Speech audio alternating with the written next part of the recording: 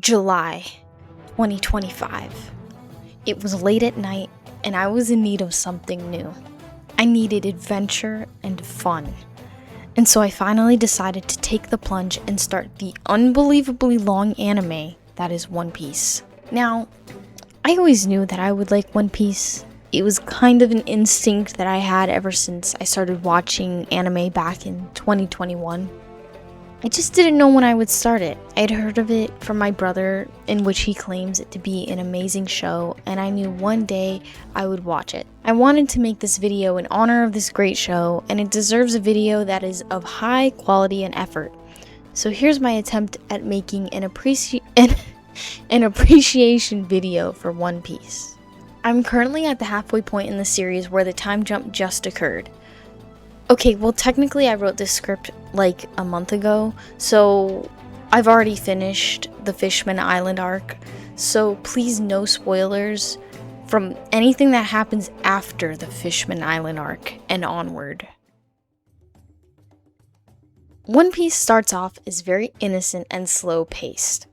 It comes off as silly, childish, charming, and with the introduction of Luffy, you're automatically hooked as a viewer and charmed by his chaotic energy unlike any other protagonist I've ever encountered before. From the first moment he says he's going to be king of the pirates, you just believe him. You just know that's exactly what's going to happen. From the start, I like the show. Even with its oddball characters and peculiar character designs, I just knew this show was going to be different. But it was already different because it's one of the longest anime to ever exist. I knew going into this it was going to be a journey.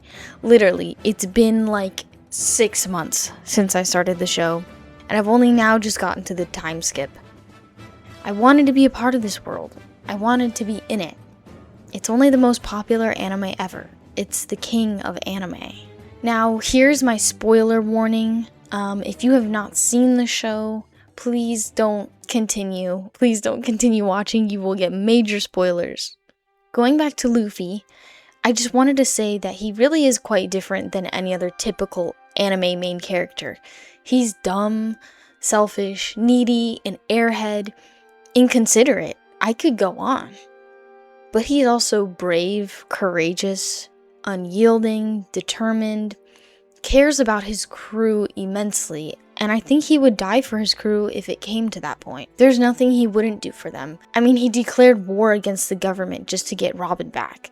Like, it's literally them against the world, but he wouldn't have it any other way. Like, if it came down to it, I think he'd die for his crew over becoming king of the pirates.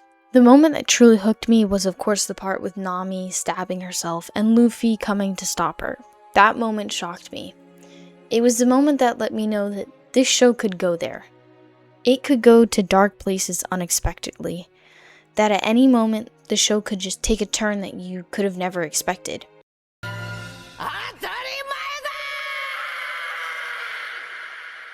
With every new arc I've seen, I have not been able to predict what's going to happen. The only time I was able to predict anything was when I first saw Eneru and he had the lightning devil fruit, and I was like, how could Luffy win against him? Oh, that's easy. Luffy's made of rubber, so lightning doesn't affect him. I mean, that's just amazing. With every arc, I couldn't predict what was going to happen. I mean, everything with Water 7 is so good, my jaw just kept dropping.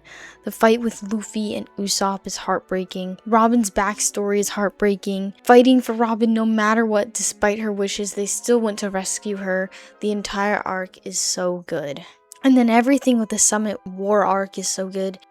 From getting introduced to Sabaody and seeing all the new characters like Law, Kizaru, Rayleigh, and even the awful celestial dragons.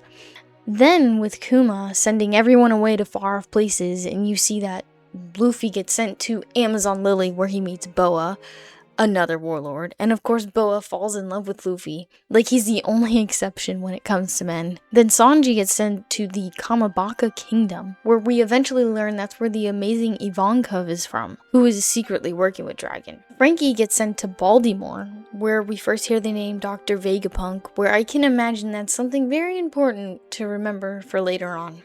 And then Zoro gets sent flying to the castle of Mihawk, where he becomes a better swordsman. And Robin gets sent to that bridge that was being built by slaves and frees them to eventually see that she teams up with Dragon as well. I still don't know how things went about for her while she was there, but that's probably another important thing to remember for later on. I feel like from the Summit War arc, there's so many important things that happen that literally change the course of the whole show. And everything with Luffy going into Impel Down. He sees Buggy again and Mr. 3, and the amazing Bon Clay Mr. 2. They become true friends. And then Luffy begs Ivankov to help Bon Clay first, rather than helping himself first, and it's just all so good. And it's such a journey just trying to get down to the 6th floor where Ace is. And then just as Luffy gets down there, Ace is already gone and trapped. But with the help of the infamous crocodile, Luffy lets him, and of course lets Jinbei out as well. Who knew they would end up working together in such a weird way? I just love that team up for some reason. Eventually, they all get to Marineford where Ace is going to be executed, and all that fighting is so cool to see. There's so many important characters all in one place at the same time. We get to see Whitebeard and his crew. We see all the 7 warlords, the 3 admirals, and the fleet admiral Sengoku, and there's so many more. It's just all so emotional to see that Ace finally gets freed, and then he dies trying to save Luffy. It's all too much, but thank goodness Jinbei was there to help him and be there for him. Eventually, the time skip happens, and they all end up together again, which I love because I just love reunions. Another thing that always blows my mind is when a sudden lore drop happens that feels like whiplash. One Piece does this thing where it'll have like 50 to 60 episodes of action and fighting, and then it suddenly drops such important lore that it makes your head explode. And I think that's just what makes One Piece so special. Because it's so long, it can make you wait for so long just to find out such minuscule details about things that might not happen for so long. It just makes you want to keep watching and you get addicted. People complain about the show being so long, and it is, but it's so worth it. It's so fun. It's because it's so long that makes it fun. Anyways, I can keep going on about One Piece as it's been so enjoyable to watch, and I've been able to bond with my brother more, which is so sweet. I can't wait to see what else happens in the new world. Here's to another 500 plus episodes. Now go watch One Piece, and thank you for watching.